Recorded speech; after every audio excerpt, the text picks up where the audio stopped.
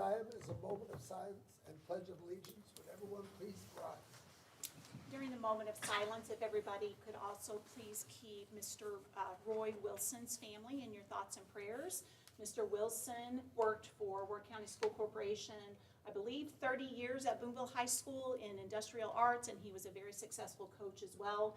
So please keep Dina Green, his daughter, and Tim Wilson and Greg Wilson. Dina and Greg also work for us. Keep them, their families, their children, and friends and family in your thoughts and prayers, please.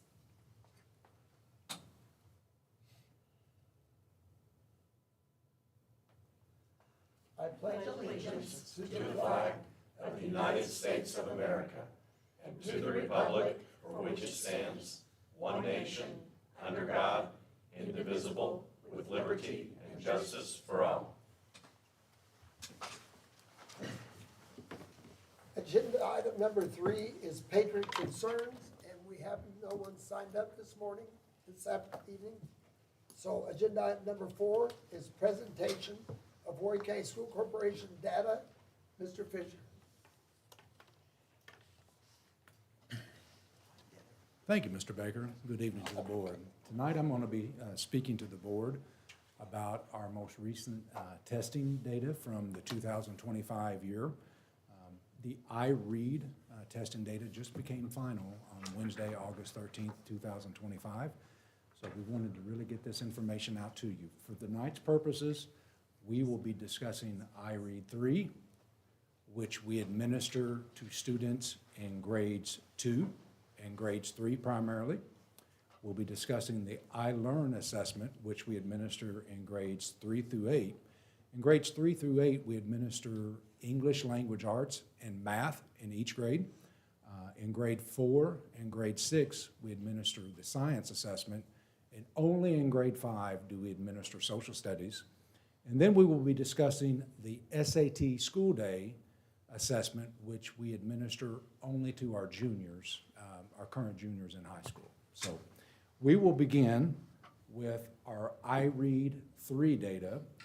And for iRead 3, last year was the first year that the state of Indiana mandated that all students in grade 2 were to take the iRead 3 assessment. Now, Warwick County, for several years, had been administering the iRead 3 to all of our grade 2 students. We had been opting in, but last year was the first year that it was officially mandated throughout the state of Indiana. For last year, we had 696 students in our grade 3 cohort, which took the iRead assessment, and we had a passing of 518 students, for an official percentage of 74.4% of our students were at proficiency. To give you some context, the prior year we were at 60%. But to be fair, in the prior year we were only allowed one attempt. Last year in grade 2, we took the assessment in the spring window, which is usually in the first 2 weeks of March, and then we had another testing window at the end of May where we could administer it to grade 2 students. So many of our grade 2 students took advantage of that second opportunity. Before we administered the second opportunity, we were around 58, 59%, and to conclude, we were at 74.4%. One thing I do want to be sure that the board understands is when we see these iRead 3 final rates, or these are advertised in the paper, or we see the releases in the press, it does not count in grade 2. So when I give you our final rate for this year, those grade 2 students will not be factored or calculated into that. Your proficiency rate is only on grade 3 students. Now, if they passed in grade 2, obviously we receive that credit in their 3rd grade year. For grade 3, this is something that we are very excited about. If you've been reading, Dr. Jenner and the IDOE has issued a goal for the state of Indiana. By 2027, they want 95% of all students in the state of Indiana to pass the iRead 3 assessment. And for 2025 in Warwick County, 96% of our students passed the iRead 3 assessment. So that is something we're extremely proud of. Our educators, both in grade 2 and grade 3, our Title I educators, special education teachers, admin, and the work and efforts of Ms. Kayla Russell, who was our curriculum specialist last year at the elementary level. With that collaborative effort, we feel very proud of this 96% pass rate. To give you some context, about 3 to 4 years ago, Warwick County created a cohort of school corporations throughout the state of Indiana that we are comparing ourselves to. And these are some of the highest performing districts within the state of Indiana.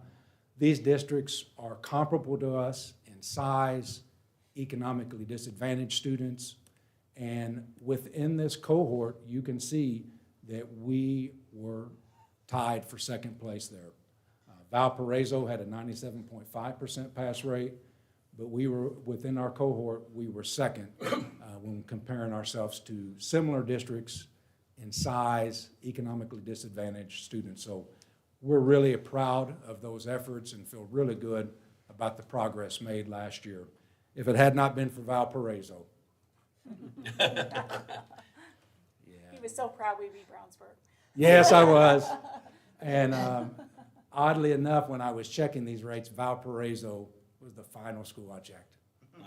I thought we were home. But anyway, very proud of that. So for iLearn grades 3 through 8, when looking at our testing data for English language arts, 58% of students were proficient. That S there stands for the state average. 40.6% of students throughout the state of Indiana were proficient in English language arts. And when I say that 58%, that is accumulation of all students grades 3 through 8. That's not one specific grade level. Looking at our math, it is 65.4%, with the state average being 42.1, so we're about 23% above the state average there. And the both, that is the percentage of students that passed both ELA and passed math. So in that percentage there, we were at 50.8, with the state average right around 31.2. Once again, that is accumulation of all grades 3 through 8, and that is only for ELA and math when we're looking at that both. I just mentioned that recent cohort. We have some statistical trends here. You can see in 2024, our passing rate in ELA was 58.9. That decreased to 58%. We did make some gains in other parts of English language arts, but that is something the Department of Learning is focusing on that as one of our goals for this year. As you can see, we're staying pretty flat there. In 23, we were 58.2. Last year, we had a slight increase to 58.9. And then last year, we're back at 58%. When you measure us against this cohort for 2025, we have 9 school corporations there. As you can see, here is their enrollment, all very similar to us, and they're economically disadvantaged, fairly similar to us. We were 7th out of those 9 schools. As we transitioned to math, we did experience almost a 3% increase in proficiency in math. In 2024, we were 62.7%. Last year, we were 65.4%. In 2023, we were 64%. So we're very pleased with this number. And in this cohort here, when comparing, once again, to these similar districts, we were 5th out of 9. But one thing I do want to point out to you, as Dr. Redmond mentioned, with the exception of Brownsburg down here at 74.3, the difference between us and second place is less than 1%. So we were right there in math, very proud of those efforts. And with those passing both math and ELA, we were 6th out of 9th in that respective cohort comparison. One thing that I did not include in here is our science in grades 4 and 6. We were roughly 17% above the state average. 61% of our students in grades 4 and 6 passed that assessment, state average right around 43%. Grade 5 social studies, 70% of our students passed that assessment, and about 46% of the state passed that. So we're about 24% above them in social studies, but that assessment is only administered in grade 5.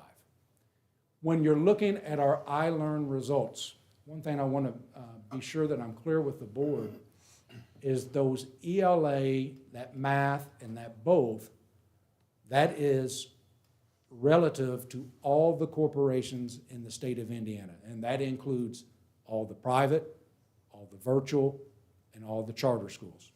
So of the 392 corporations, our performance in ELA was 21st out of those 392. That's not 21st percentile. We're in the top 94 percentile. So we're in the 94th percentile in ELA. In math, we finished 18th out of 392, which would put us in the 95th percentile.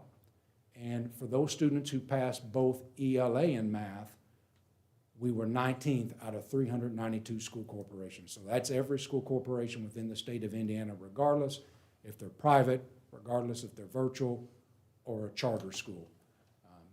Any questions from the board, because I want to segment this here or chunk it to where I can answer any of your questions as it relates to iRead 3 or the iLearn assessment from 2025. Did you also, this is great, I'm really proud of everything that's happening here.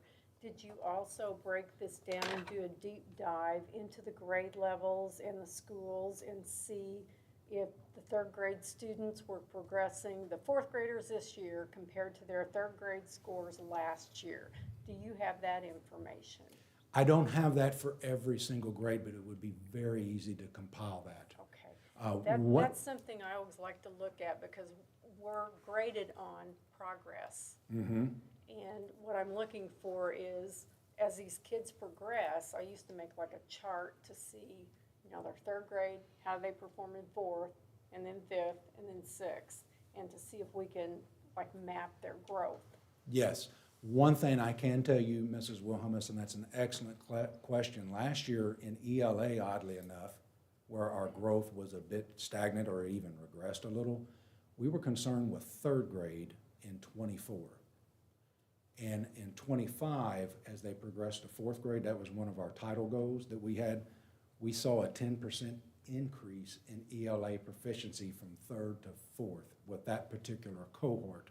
That's powerful. That was not consistent in every grade level, though. In all of our grade levels in math, we were 20% above or more than the state average. But I cannot give you a grade by grade on how much we increased across the board in each and every subject. But that is something we could certainly look at in student learning and growth committee meetings. But in fourth grade, that was something that we really focused on the 2025 fourth grade, because in third grade, we were a bit concerned with their proficiency rates, and they grew by 10% with that particular cohort. Mr. Fisher, in a similar manner to what Ms. Wilhelmus wanted, is it easy, or could you get, instead, like your little table here for cohort comparison, could you get that per school for us? I most certainly could. All of that information for Warwick County is on the IDOE Data Center and reports. It's Okay. all public information. It's been released by grade level for each and every school. Okay, It would gotcha. be nice to have a chart, though I'm like you, it would be nice to be able to just look at our Yeah. stuff, because once you go to the IDOE and you sort through all of that stuff, sometimes it gets, they're Yeah, or a link if you, 392. And just for your knowledge, I asked Mr. Fisher just to do district overview of where we were as a Yeah. district, because typically the buildings, just so, that's why it's not included. I just wanted you to be aware. Sure. So he can easily get that information. We have those charts, we And we have all don't of need that, and another we could share that, presentation, but I if you didn't could ask just him to send do that that to tonight. us, that'd No be problem great. at all. Okay. Yeah, that'd All be right. great. I imagine the increase in reading proficiency is going to start showing its way into these older grade levels, iLearn results as well. As they're becoming more proficient in reading, these scores, I would imagine, would increase with it. With As the we- We science would of hope learning. so, but Yeah. there's not always a direct correlation there, because of the different type of assessment. iLearn is a much more rigorous assessment. In theory, you're absolutely right. A stronger reader should be able to have a skill set that would equate to, you know, giving them an up for the actual iLearn assessment. So I'm hopeful, and I'm with you in theory, but the assessment types are so different that there are sometimes things that get in the way with the design of the assessment that might cause more difficulty for some students that isn't related to their ability to read. So I just wanted to point that out, but I love the optimism and I hope you're right. So do I. As we, so as we practice Yes. our preaching of, Yes. we K3, we learn to read, and beyond that, we read to learn, and so hopefully that shows itself. Yes, I hope so too. Any other questions from the board as it relates to iRead3 or iLearn? All right. We will now transition to school day SAT. And we administer the school day SAT usually in the first week or two in March. And just for the board, the school day SAT is mandated by the state of Indiana. That's administered to every junior or 11th grader. And that is as far as accountability as it relates to the high schools. It's just for that 1 year as far as the accountability metric.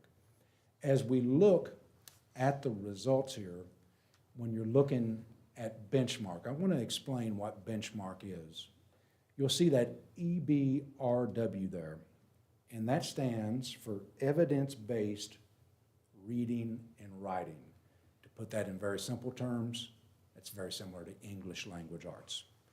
And of our juniors who tested last year, 68.6% of them were at benchmark, which means 68.6% scored a 480 or higher. Now, what does that word benchmark mean?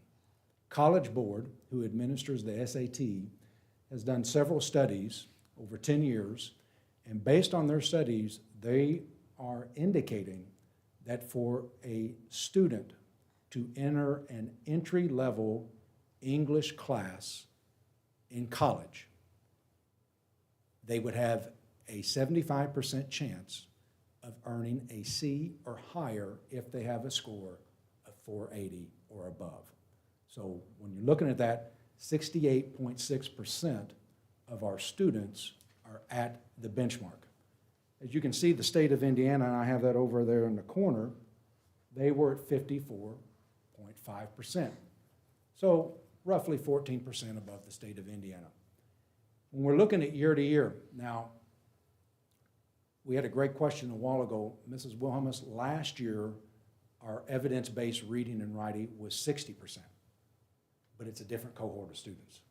It wasn't the same group of students, so it was really hard to determine how much they grew unless we're looking at their PSAT and MSQT that they took in grade 10, and that's not all perfectly aligned, but 68.6% of our students. And the thing you notice at the high school level is the inverse of what we're seeing in grades 3 through 8. Our math was higher in grades 3 through 8, and here our English language arts is higher than our math. Now, there are a couple reasons for that. You can see our corporation percentage of a benchmark is 36%. The state is 25. You may be thinking, how in the world can only 1 in 4 students achieve proficiency throughout the state? You'll see that the math benchmark is 50 points higher than the evidence-based reading and writing. College Board has determined that in order to have an entry-level math course and have that 75% chance or greater of obtaining a C or greater, that you would need to earn a 530. And part of the reason here is about 50% of this SAT school day assessment is with skills associated with Algebra 2. So we're really looking as a Department of Learning in the elementary levels in grades 3 through 8 on what we can do to increase our ELA proficiency, and the same would be true in math. Now, last year in math, we were about 35%, so we grew that a percent. It wasn't much, different cohort of students. And the evidence-based reading and writing grew 8.6%, so we're very proud of those gains. One other thing for the board, we're still adjusting to the SAT school day being administered all digitally. And we're really wanting to see the long-term effects of this. College Board has claimed that they've done numerous studies, analyzed this with a lot of standard deviations to make the determination that the digital assessment is not much different than the old paper and pencil one. But I can tell you on the evidence-based reading and writing, the passages that students are required to read is much shorter. And they're not answering as many questions in succession. 3 to 4 years ago, a passage would be a couple pages and there'd be 8 to 9 questions associated with it, where now it's a couple paragraphs and there's 1 to 2 questions. So they are saying that it's not impacting scores, but I'm curious on that. As far as our students that passed both, it was 35.1%. The state was 24.1%, so we're over 10% above the state average. And excuse me. Yes. Mr. Fisher, but one of the points he made was that all juniors take this. When I was in high school, not everybody took it. And that was for many years. So if you're looking at those percentages and thinking, wow, those don't look, anywhere near what we would expect, it's because now everybody is taking that SAT test, not just the kids who were on the college prep lane, in the college prep lane. That's a good point. So he made that point earlier, and I just wanted to make sure everybody realized that. Thank you. Thank you. Thanks, that was gonna be, my question was, what percentage of our students go to college and are gonna be taking these types of classes? As far as percentage of students from Warwick County, Mr. Skinner, I really do not have that information available as far as the percentage of students from Warwick County that will be attending a traditional four-year school, because those benchmarks there, that's what those are set for, Right. traditional four-year school. So I would not feel comfortable telling the board this percentage or that percentage that will be attending the traditional four-year school. I know the college attendance rate in the state of Indiana was around 52% last year as far as attending a traditional four-year school, and there's a little concern that number has been continuing to drop throughout the state. But as far as it relates specifically to Warwick County, I'm sorry, I really don't have that information. I wouldn't be surprised if it was in the 60–70% range. And so, I mean, really, you start looking at, the students are gonna go to college and use this, or preparing them for college, certainly in reading and writing, I don't think we're that far off. Yeah. And math, a lot of them don't, when they go to college, they just take a basic math class unless they're planning on going into a science math career anyway. Thank you for the data. Any questions as it relates to school day SAT or any of the data? I think all these numbers look really good. But thank you. I do. I think it's, testament to all you great educators doing your job, I mean, hitting those numbers, being higher than what the state wants us to be at for iRead, I mean, that's pretty amazing. Thank you all so much. Thank you, Mr. Fisher. The one other thing I think is outstanding about Warren County is not only do we have pathways for kids to college, but we have pathways for kids to careers. And I think as our program expands for that, it's gonna create many more opportunities. Lots of Thank you, good Mr. things going Fisher. on. Yes, lots of good things. Agenda item number 5, consider routine business. Dr. Redmond. Thank you, Mr. Baker. The routine items tonight include approving the minutes of the school board meeting held on August 11, 2025, and approving the claims and signing the docket. I recommend the board approve the routine items as presented. Motion to approve. Second. Motion by Mr. Mosby, second by Mr. Franz. Is there any discussion? All in favor, say aye. Aye. Opposed, same sign. Motion carries. Agenda item 7.1 is approved updated policy 4040, student attendance. Dr. Redmond. Thank you, Mr. Baker. Dr. Walter Lambert has brought to the board updated policy 4040, student attendance. The minor changes in your board packet are highlighted in yellow. The first reading of the updated policy was on August 11th, 2025. Tonight is the second and final reading, at which time the board may choose to take action. And in case you weren't here last time, just a quick overview. Attendance means to be physically present during the school hours in a school or at another location where the school's education program is being administered on a day the educational program in which the student is enrolled is being offered. And then the changes that were mentioned that are highlighted in yellow under the exceptions to mandatory attendance requirement, they added participating in scheduled competition, exhibition, or event offered by the National FFA organization or 4-H club now falls under that category. And just so you know, in Warwick County, we would have excused that absence anyway, but this is just something that we had to add to align with the new rules. And the other piece that was added, it extends, last year it was through the younger grades, but starting now through kindergarten through 12th grade, if you have 5 unexcused absences in a 10-week period, we have to send written notice to the parents, and the written notice shall include the student is absent based on having missed the 5 unexcused days within that time frame. The parents is responsible for helping us monitor, and it just outlines some of the things that the school would want to discuss with the parents to ensure that we're supporting and partnering with families to make sure we can get our students at school. With all of that said, I recommend the board approve this updated policy as presented. I make a motion to approve the student attendance policy as presented. Do I have a second? Second. I have a motion by Ms. Willis, a second by Mr. Skinner. Do I have any discussion? Just, again, we highlighted last time, nothing has changed about calling in if your kid is sick, calling in if your kid needs to miss for some reason. It's still an excused absence. That isn't changing. We're just updated into the number of unexcused absences within a certain time frame. All in favor of the motion, say aye. Aye. Opposed? Motion carries. Agenda item 7.2, approved proposed policy 4300. Dr. Redmond. Thank you, Mr. Baker. Dr. Walter Lambert has brought to the board newly proposed policy 4300, inspection of student lockers, desks, and student vehicles parked on school property. The first reading of this proposed policy was on August 11, 2025. Tonight is the second and final reading, at which time the board may choose to take action.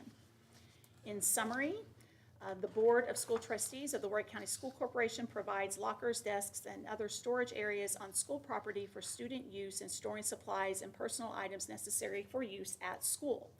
The temporary assignment of storage areas to students does not diminish the Warwick County School Corporation's ownership or control of such property. It shall be the policy of the school board that any locker, desk, or any other storage area assigned to the student for school purposes or vehicles parked on school property shall not be used to store any item in which falls into the following categories. A, any forbidden item by state law, policy, or administrative regulation, including any item that is forbidden by state law when possessed by a student, for example, alcohol. Any item deemed to be a health hazard to others, and any item which will cause or can reasonably be foreseen to cause an interference with school purposes or an educational function. I recommend the board approve the proposed policy as presented. Motion to approve. I have a motion by Mr. Mosby, a second by Mr. Franz. Any discussion? I had voiced a concern with not the lockers, the desks, the cars, that vehicles, that all consistent and make sense. My only concern was with the section 2, the student's person and possessions, that allows the school personnel to search the student, not their desk or their locker, but the actual person, the student, the pockets of the student, and only requires that the parents be notified or attempted to be notified within 24 hours. And my concern was that that ought to be done much sooner than that. And I have no doubt that our administrators are doing it much sooner than that. But I just think our policy, allowing it to be over up to 24 hours later, is a little too broad, in my opinion, and allows more than what I think any reasonable parent would expect in terms of the communication from the school. And that perhaps the policy, if it was designed to really discuss, to search for weapons or drugs or those sorts of things, where you're searching a student because you think there might be some hazard to other students, that this policy actually goes a little bit beyond that. And any school rule violation would allow you to search a student and let the parent know within 24 hours. And that, I don't think is consistent with our practice, and probably would go a little beyond what I think I would expect as a parent. And even if our practice isn't that, this policy, I don't think is aligning with perhaps what we would want and expect our building principals to do. I would like to read just part of this section, because first of all, I want to make sure the public is clear and the board is clear. We're not just pulling kids out of a hallway or out of a classroom just to search them. So let me read the language to make sure everyone's clear on when something of this nature would occur. If the student does not, Section 2, student's person and possessions. Prior to a search of the student's person and personal items in the student's immediate possession, consent of the student shall be sought by one or more school authorized personnel. So we always attempt immediately to just say, we have reason to believe you have this, and we offer the student the opportunity to just be forthcoming and produce whatever it is that, we're concerned about. If the student does not consent, such a search shall be permitted based only upon the school authorized personnel's individualized reasonable suspicion to believe that the search will produce evidence of a violation of a law, school rule, or condition that endangers the safety or health of the students or others. So I just wanted to be clear, it's not just occurring randomly, like it has to be under those conditions. You want to Yeah. just go ahead and read the rest of Sure. that? I think that's all applicable here. Sure, And sure. we discussed this in our policy meeting Sure. just prior to this, and Sure, I'll have finish some- reading that whole okay. section, Mrs. Wilhelmus. To continue, searches of the person of a student shall be conducted and witnessed by a person of the same gender as the student and shall be conducted in a private place. A searched student's parent or guardian shall be notified when possible of the search within 24 hours if possible. When a school authorized personnel has reasonable grounds to suspect that a student's vehicle parked on school property is being used for purposes in violation of this policy and the student refuses to consent to a reasonable inspection of the vehicle, the school authorized personnel shall have the authority and the responsibility to revoke the student's parking privilege or have the vehicle removed from school corporation property if the student has not been granted parking privileges. The superintendent shall issue the necessary regulations and guidelines to give school authorized personnel direction in implementing the policy. So really, it just goes back to in the beginning, we don't want drugs, alcohol, safety concerns. We don't want those types of things on our school property and on our campuses. That's really the essence of the policy. As a general rule, when there is a suspicion that someone is violating the law, I believe that usually we have an SRO present. Not It always. depends on the circumstance, Okay. because sometimes that would not even be necessary. That's the question I have. Yeah, an SRO is only present when there's believed that a law has been broken, like, drugs, alcohol, weapons, those kinds of things. But even those times, it's not always necessary. Okay. So, yeah. And again, I understand the 24-hour thing. That is a max. It has never happened. I'm talking to the principals about that. It's not been but there's always gonna leave ourselves some wiggle room for a worst-case scenario where we just can't get our people to move. Everybody I talked to, when I polled everybody, they are calling when they do it. And if they can't call when they do it, they're calling within an hour or so before the end of the day. And so it has never, ever gone that far, but with anything else, we gotta give some wiggle room just in case. And it is not something to hide anything. It is about the ability for the administrators to get the job done, to maybe interview people, to talk to people, There might be more, I can, all kinds of worst-case scenarios with that, but that's just a generalization. Our expectation, and I know Dr. Redmond is where I'm at too, is call as soon as possible to a parent if you're gonna do any kind of searching. And the majority, all the principals said, I try to call right then and there when I'm doing it with the kid in the room so the kid can talk to the parent. And again, this is safety, this is about safety, it's about keeping drugs, alcohol, weapons, those kinds of things out of our schools, and that's the only reason we have that policy. This is not just random searching, and it is for And those another reasons. point of clarity that I think is important, because I think, search has maybe a negative connotation, or maybe it feels like something more than what we actually define as search. So if our building principals are searching a student, it is typically more asking them, remove your jacket, open up your pockets. We're not putting hands on No. a student for a search. I just wanted to clarify that Yeah, too. yeah, pat downs are not something that we want or need. Now, if it's a safety issue that we feel there's a Yes, weapon, that's different. that's a whole different story. That's different in Yeah, that- but we also have wands available, but that is not a standard practice whatsoever. But again, it would have to be a very, very egregious safety issue where we would want to do that. And again, we would probably not be doing that, it'd probably be the SRO at that point, so. Yeah. When it comes to the safety of all the students, we have to take those measures. No problem with that, at all.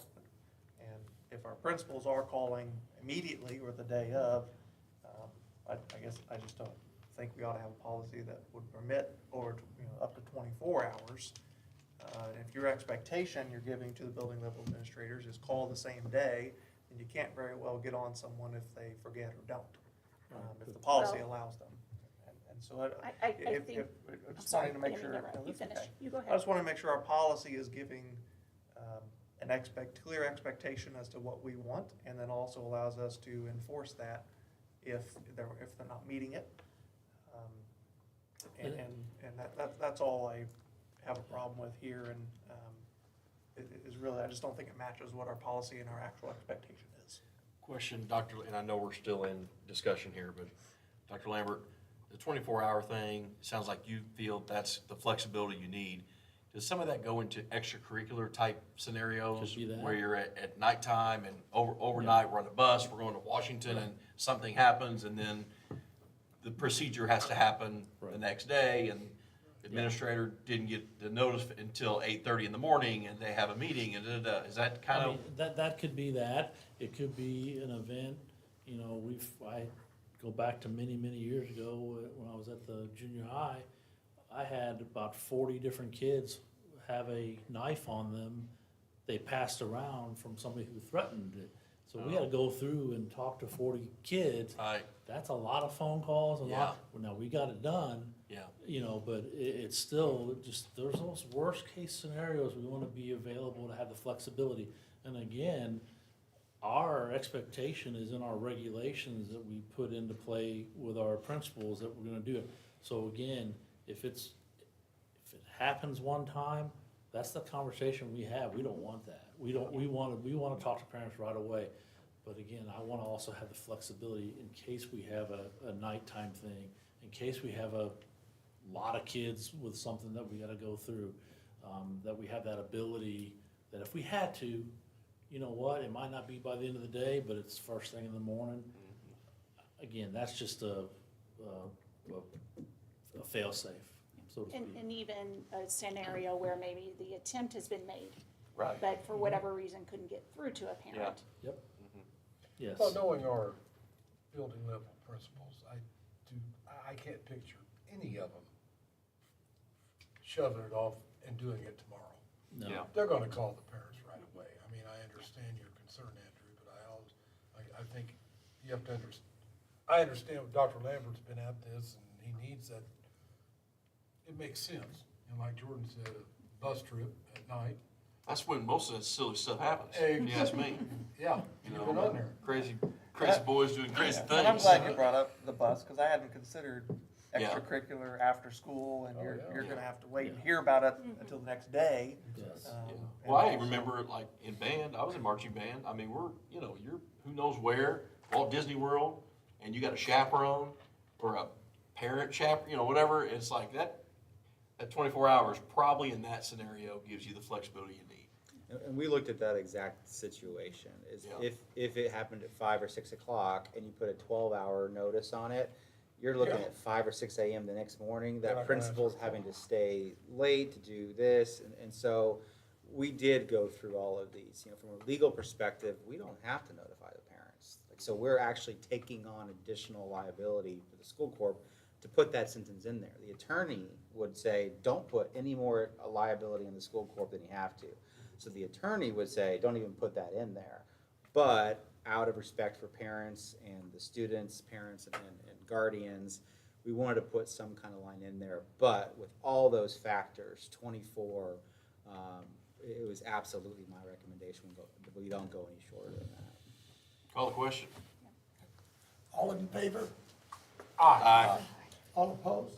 I'll vote aye with that explanation, and Jordan's example, that makes sense, having the nighttime, so. Thank Thank you. you, good discussion, thank you for Yep. discussing Yeah, that good with me. discussion. Motion carries. Agenda item 7.3, approved donations. Dr. Redmond. Thank you, Mr. Baker. Tonight, we have several donations at Tecumseh High School, a $5,000 donation from the LA Gridiron Club to the THS football team to be used to purchase an end zone camera, and also a $1,188.84 donation from the LA Gridiron Club to purchase football pants for the middle school, a $500 donation from the CAC Development Company to the THS girls golf team to be used to purchase money toward uniforms, equipment, and food. At Warwick Education Center, a $1,000 donation from Share the Good Foundation to be used for students and staff, and this was as a result of the WEC fire. And at Oakdale Elementary School, a $2,000 donation from Ascension St. Vincent to support their weekend backpack program. I recommend the board approve the donations as presented. Have a motion? So moved. I'll second. A motion by Mrs. Wilhelmus, a second by Mr. Eigner. Any discussion? All in favor, say aye. Aye. Aye. Motion carries. Agenda item number 8, consideration of personnel recommendations. Dr. Gresham. Thank you, Mr. Baker. The Human Resource Office has the following business to bring before the board tonight. Agenda item 8.1, consideration of employment. Certified staff, Penny Howard, a temporary kindergarten teacher at Chandler Elementary School, and the following non-certified staff: Chanel Fisher, temporary program assistant at Castle South Middle School; Rachel Miller and Helen Anderson, program assistants at Castle High School; Devin Lloyd, a temporary program assistant at Elberfeld Elementary School; Majesta Knox, 3.5-hour cafeteria position at Castle South; Michelle Jones, 4.25-hour cafeteria position at Castle High; Tricia Hahn, a cafeteria float; Elizabeth Wallace, 3.25-hour cafeteria position at John H. Castle; Valeria Williams, ABS program assistant at Yankeetown Elementary; Michelle Gersten, 6.5-hour cafeteria position at Castle High; Rebecca Williamson, program assistant at Chandler Elementary; and Melinda Herbert, 3.25-hour cafeteria position at John H. Castle Elementary. Motion to approve certified, non-certified staff. Do I have a second? Second. Motion by Ms. France, a second by Mr. Skinner. Any discussion? All in favor? Aye. Opposed? Motion carries. Thank you. Dr. Agenda item 8.2, leaves. Cindy Tooley, an English teacher at Tecumseh Middle; Angela Hilborn, 3.25-hour cafeteria position at Logue Elementary; Kristen Young, a 5.75-hour cafeteria position at Castle North; Jamie Rorscheib, a secretary treasurer at Oakdale Elementary; Jaylee Hadley, clerical aide at Oakdale Elementary; Keisha Cronin, program assistant at Chandler Elementary; Janet Harbert, program assistant at Chandler Elementary; Danielle Nkrumah Darty, math teacher at Boonville High; Leah Cook, custodian at Boonville High; Vicki Dalton, English teacher at WEC; Courtney Stark, third grade teacher at Newburgh Elementary; and Penny Howard, program assistant at Chandler Elementary. Do I have a motion? Motion to approve leaves. Second. Motion by Mr. Eigner, second by Ms. Wilhelmus. Any discussion? All in favor, say aye. Aye. Bless you. Opposed? Motion carries. Agenda item 8.3, report of transfers. Nicole Fessner, 3.0-hour cafeteria position at Chandler Elementary to 4.75-hour cafeteria position at Castle North. Yuko Barnes, 6.5-hour cafeteria position at Castle High to 3.0-hour cafeteria position at Castle High. Sandra Walker, 3.5-hour cafeteria position at Oakdale Elementary to 6.0-hour cafeteria position at Oakdale Elementary. Barbara Gerard, 6.0-hour cafeteria position at Oakdale Elementary to 3.5-hour cafeteria position at Oakdale Elementary. Sherry West, 3.0-hour cafeteria position at Castle North to cafeteria float position. Agenda item 8.4, resignations. Erica Southard, 6.0-hour cafeteria position at Newbury Elementary, resignation effective August 27th, 2025. Dale Hutchison, 3.0-hour cafeteria position at Chandler Elementary, resignation effective August 11th, 2025. Angel Smith, bus driver, resignation effective August 13, 2025. Yuko Baba, 6.5-hour cafeteria position at Castle High, resignation effective August 22nd, 2025. Julie Patel, 6.0-hour cafeteria position at Castle South, resignation effective May 22nd, 2025. Karina Mills, APS program assistant, John H. Castle, resignation effective August 18th, 2025. Misty Licky, kindergarten teacher at Chandler Elementary, resignation effective August 22nd, 2025. And agenda item 8.5, retirements. Virginia DeRossett, custodian at Work Pathway and Career Center, retirement effective December 19, 2025. And Dan Bender, Class C maintenance, retirement effective August 21st, 2025. Thank you, Dr. Gresham. Agenda item number 9 is reports. Dr. Redmond. Thank you, Mr. Baker. We have one report tonight, and that is from Mr. Armstrong, who I believe will be updating us on all things construction. Maybe not all things. So we've ended the summer and most of our projects were complete. A lot of our HVAC work was finished. Not all the equipment worked, although it was brand new. This reprieve that we've had in temperatures allowing a lot of troubleshooting to take place, so that's good. The Castle High School show choir area, they just took possession of their space last week. If you haven't had a chance to go in Castle High School, it's a really neat space. It's up and running, and Mr. Adcock has expressed much gratitude. He's very pleased with the space. John H. Castle, the expectation is that they'll take possession of the classrooms at the end of next week. The terrazzo is, they've built a wall so that the noise from putting in the terrazzo won't escape the area they're working in. And once that's down, the rooms will be ready. Sharon, the ramps, they're pouring the concrete this week. The only thing delaying there is the handrails. Again, expectation is the end of next week. So once the handrails get here, they haven't shipped yet. They'll install those, and one of the ramps is operable. It's the one we reconstructed, so it should be up and ready in another week or so. More than construction, I guess, we've also got transportation.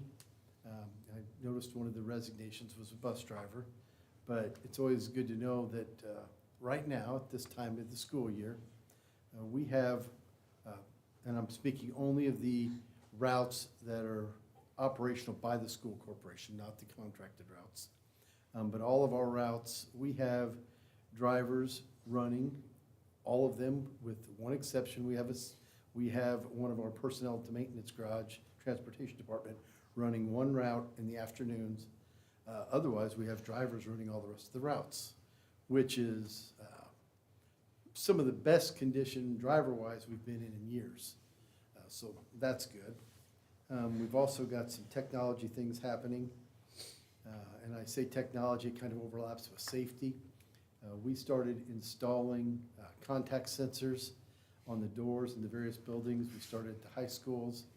We just finished Castle South Middle School. We're also working at Tecumseh High School and Middle School with the contact sensors. I learned something today. Somebody asked what the blue button was, and I'm like, what blue button? Well, apparently, as when they get the contact sensors installed, there's also a blue button that allows them to, if need be, they can override the timing of, like, all of our doors that are electronic are set on timers. They open at a certain time, they lock at a certain time. Well, this blue button allows them to override the timers, lock all the doors, but at the same time keep the doors available for anybody that actually has a swipe. So it blocks out intruders, but it doesn't block out employees or persons that are supposed to get into the building. So that's happened at 6 of the buildings so far. We've got the equipment for the 10 elementaries, so It's just very expensive and very time-consuming to install the contact sensors because they're running wiring all over the building. So we're just going to keep progressing through those over the next year or so. My last comment about technology, it continues to be a bottomless chasm, so just a side note. Mr. Davis, over the next couple of months, will be meeting with all those parties that's necessary to plan for the 2026 construction projects. Meeting with the principals, meeting with other managers, meeting at times with teachers to gather information. Once we get all that, we'll start meeting with architects, start planning the projects. I mean, the budget will be approved here in a couple of weeks. So we're working towards getting that finished, getting that organized as well from the construction side. Okay. Will they be doing the other ramp at Sharon? We haven't decided when we're gonna do that other ramp, but someday, yes. According to the contractors that took down the ramp that we replaced, they said it would take a very serious act of God to have taken that ramp down. They were very, very surprised at how well constructed the ramp was, that the damage, in their opinion, was primarily cosmetic. Choke wire area does look amazing. It Get in does. there, Yes. take a look at it. It's really, really good. Yeah, it's nice. Yeah. Okay. Thank you. Agenda item another 10, other board business. The next regular meeting is September 8th at 7 p.m. And we have a personnel committee meeting at 6:15 on September the 8th. And a construction committee meeting the following morning, September 9th at 7:30. Our next policy meeting will be September 8th at 5:45 here in this building. Tomorrow we have student learning and growth at 11 o'clock at the central office. And also I would like to, I mentioned something last week, or last board meeting, about the handrails at Boonville High School at the football field. And I was pleasantly surprised. They started at the middle of the press box and they went all the way over to the right to the end of the concrete area where people are seated, and they look fantastic. And S&S made those handrails, and I guess our construction guys, I'm not sure who put them in, but they are fantastic. So I just wanted to come back with a report on that. Yes, yes, Look I was very at the game nice. Friday night, also at Boonville's game, and they do look very nice. They did a great job, and they do run all the way up. Yes. And they work. All the way. Yes, they we did. were- I used them. Yeah. I think we had thought initially, Mrs. Kemp, I think, had thought that maybe they were gonna do halfway up and then come back and do the other half, but they did it all the way up, and it looks very nice. So appreciative. Any other board business? In that case, we'll adjourn the meeting.